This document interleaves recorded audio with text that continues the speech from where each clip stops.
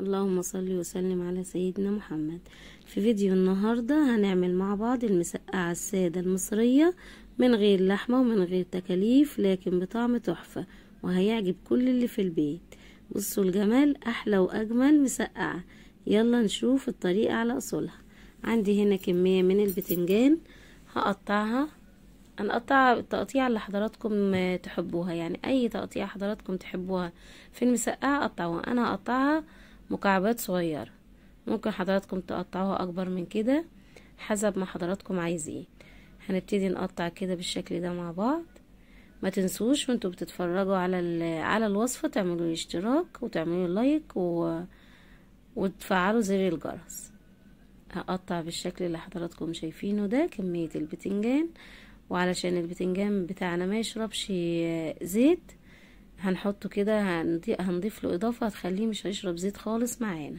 هنقطع الكمية كلها بالشكل اللي حضراتكم شايفينه ده، وهنجيب حوالي معلقتين كبار من الملح، وهنركن البتنجان بتاعنا ده على جنب، وهنضيف عليه نص كوباية من المية.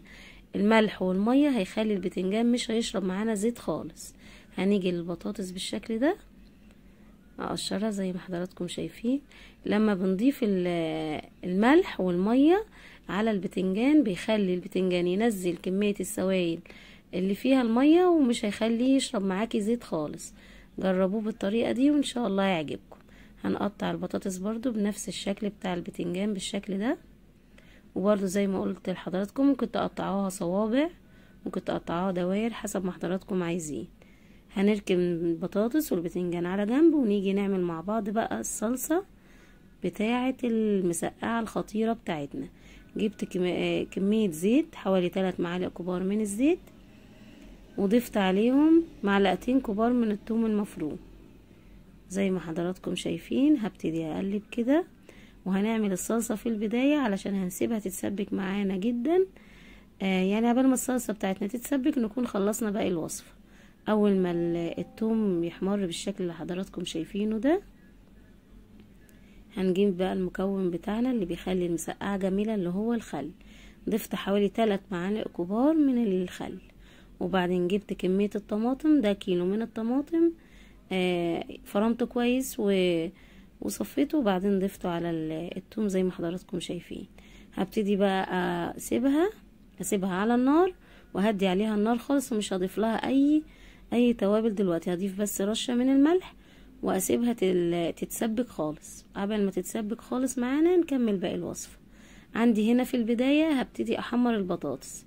هنحمر البطاطس قبل البتنجان طبعا عشان لونها ما يغمقش وتاخد لون حلو زي ما حضراتكم شايفين.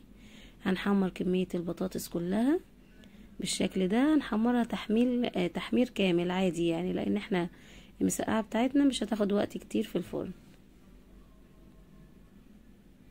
هنطلع كمية البطاطس كلها بالشكل اللي حضراتكم شايفينه، وهنبتدي بقى نضيف البتنجان بتاعنا. هنضيف كده بالشكل ده.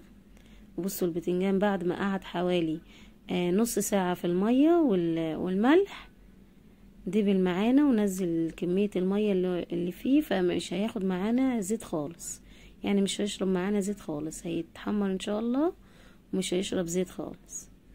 بصوا اول ما خد لون بالشكل اللي حضراتكم شايفينه ده، هبتدي كده اخرجه من الطاسة، وهنكمل بقية الكمية.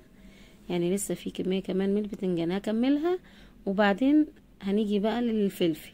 اجيب فلفل اقطعه شرايح بالشكل اللي حضراتكم شايفينه. فلفل بقى حامي او بارد حسب ما حضراتكم تفضلوا. هقلب كده يا دوب بس الفلفل بتاعنا يعني ياخد لون بسيط خالص. الفلفل طبعا مسقعة ما تنفعش من غير فلفل خالص، بتدي للمسقعة طعم وريحة جميلة جدا. اول ما يبتدي بس ياخد لون كده هنبتدي نشيله من الزيت، وكده خلاص خلصنا كل الحاجات اللي احنا عايزين نحمرها. ويلا بينا بقى على التسبيكة الجميلة بتاعتنا. بصوا بعد ما الطماطم بتاعتنا او التسبيكة بتاعت المسقعة، الصلصة بتاعت المسقعة اتسبكت بالشكل ده، هنبتدي بقى ايه نتبلها مع بعض. لازم الصلصة بتاعت المسقعة لازم تتسبك جدا يعني. رشة تاني من الملح، حطيت فلفل اسود وكزبرة ورشة من الكمون، وكده حلو جدا يعني. مش هنضيف اي توابل تاني، هو كزبرة وكمون وفلفل اسود يعني. المسقعة مش بتحتاج اكتر من كده. هنبتدي بقى نجيب كمية البطاطس والبتنجان والفلفل اللي حمرناهم مع بعض، وهنبتدي بقى نقلبها تقليبة بسيطة كده. وفي الوقت ده بقى لو عايزين حضراتكم تدخلوها الفرن هتقعد بالظبط 10 دقايق، وممكن ما تدخلوهاش خالص، تسيبوها زي ما انا هعملها كده يعني. انا شايفة ان هي مش محتاجة فرن خالص، هي كده جميلة جدا. ممكن حضراتكم تحطوها في صينية وتدخلوها الفرن برضو هتبقى جميلة. بصوا بقى بعد ما شربت الصوص بتاعها كله، بصوا ما شاء الله، احلى واجمل واسهل مسقعة ممكن تعمليها. طعمها هيعجبكم جدا جدا، طعمها حلو جدا وغدا موفر وجميل. وان شاء الله تجربوا الطريقة وتعجبكم، وما تنسوش تعملوا الاشتراك في القناة ولايك. السلام عليكم ورحمة الله.